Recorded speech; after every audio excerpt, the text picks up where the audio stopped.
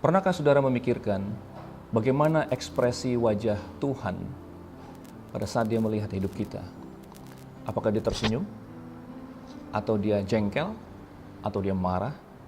Yang sering kali terjadi adalah pada saat kita lemah atau kita masuk ke dalam kedagingan, kita merasa Tuhan marah kepada kita atau siap menghukum kita atau dia jengkel kepada kita.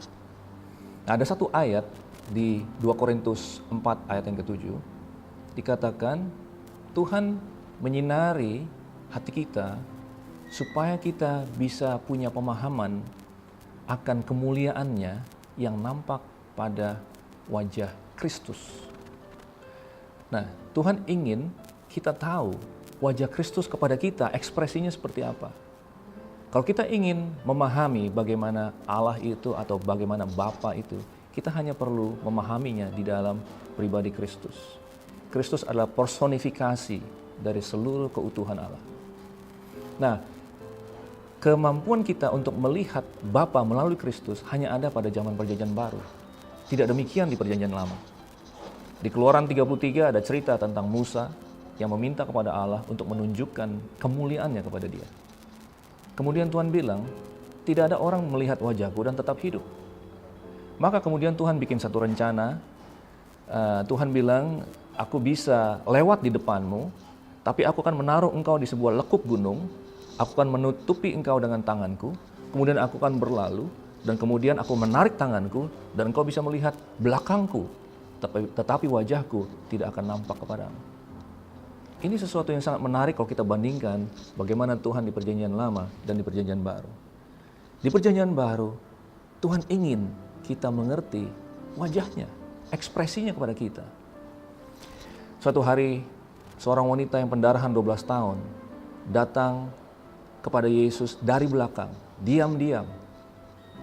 Secara hukum, dia terdiskualifikasi dari segala berkat Tuhan.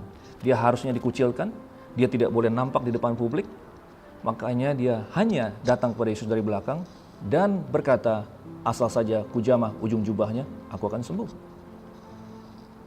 Saudara tahu, waktu Yesus merasa ada kuasa keluar dari tubuhnya, dia bertanya kepada orang sekeliling, siapa menjamah aku?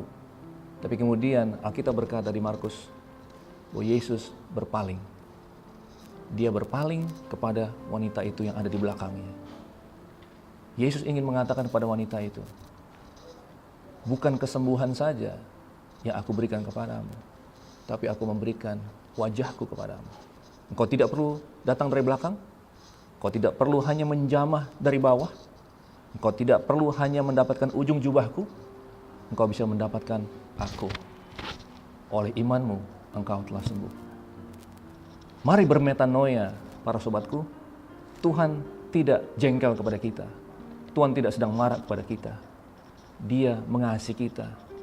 Dia memberikan bukan saja keselamatan, bukan saja kesembuhan, tapi approval, satu kenikmatan. Dia menikmati kita, dia tersenyum bergembira atas kita. Dia menikmati kita setiap hari. Dia mengasihi kita. Go metanoia, go rethinking today.